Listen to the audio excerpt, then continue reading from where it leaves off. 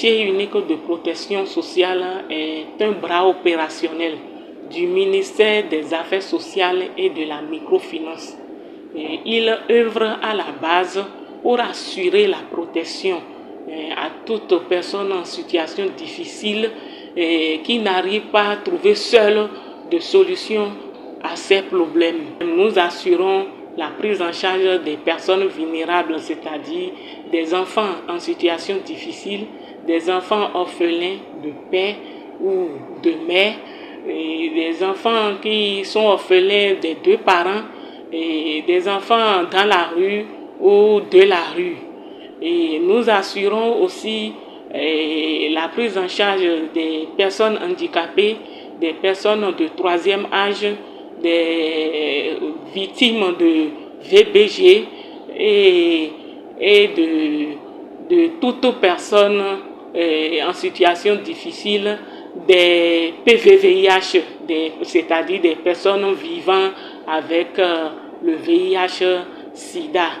Dans le domaine de la mobilisation sociale, cette année, par exemple, cette année 2025, nous avons organisé des séances de sensibilisation sur diverses thématiques de protection sociale. Et nous avons organisé aussi des tournées de stratégie avancée, c'est-à-dire nous quittons complètement le bureau pour aller vers les populations qui sont très éloignées du centre et pour leur parler de nos différentes prestations, de comment il faut faire, des conditions qu'il faut remplir pour obtenir ces prestations, pour être bénéficiaire de nos appuis. Et nous avons aussi organisé des séances d'animation des écoles des parents, de l'école des parents. Et ça nous permet de former les parents sur la technique de dialogue parents-enfants. Et ça permet aussi aux parents de sensibiliser les enfants pour prévenir la violence, tout genre de violence, et pour bien outiller les enfants à surmonter les difficultés de la vie. Nous avons aussi organisé des émissions radiophoniques sur de diverses thématiques de protection sociale.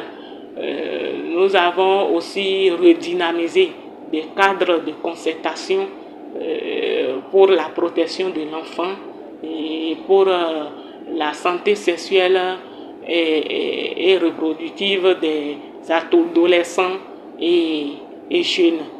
Dans le domaine de la solidarité nationale, nous avons octroyé des appuis nutritionnels et sanitaires, des appuis financiers aux personnes vulnérables qui ont exprimé des besoins urgents.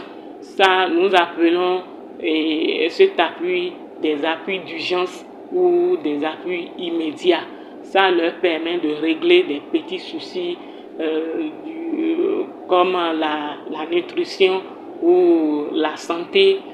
Ça leur permet aussi d'assurer les frais scolaires des enfants et les déplacements des enfants vers les écoles si les écoles sont très éloignées. Et nous avons aussi donné des appuis financiers aux personnes handicapées, aux personnes de troisième âge, aux victimes de VBG pour assurer leur déplacement vers les structures de prise en charge compétentes selon leurs besoins. Nous avons aussi octroyer des appuis financiers aux personnes en situation difficile qui ont surtout des enfants à charge, peut-être des enfants orphelins ou des enfants issus de parents démunis, et pour permettre à ces personnes d'entreprendre une activité génératrice de revenus qui leur permet de résoudre les problèmes, les petits problèmes, de gérer le quotidien, de pouvoir assurer convenablement les besoins de leur famille et de sortir ainsi de la précarité. Tout ce que nous avons fait cette année, c'est sur le budget national. C'est sur le budget national, donc c'est le budget national qui a financé les appuis que nous avons octroyés aux personnes vulnérables. Et je donne quelques chiffres, quelques exemples des appuis octroyés. Nous avons fait des appuis immédiats aux personnes vulnérables, comme par exemple des enfants, à 135 enfants dans la commune de Wessé pour un montant de 2 700 000. Et nous avons aussi donné des appuis aux personnes handicapées pour un montant de 400 000, aux personnes âgées pour un montant de 400 000, aux personnes vivant avec le VIH-Sida pour un montant de 320 000 et aux personnes victimes de VBG pour un montant de 750 000. Et nous avons aussi octroyé des appuis financiers aux personnes vulnérables pour entreprendre une activité génératrice de revenus. Là, on désigne ce secours comme le secours temporaire.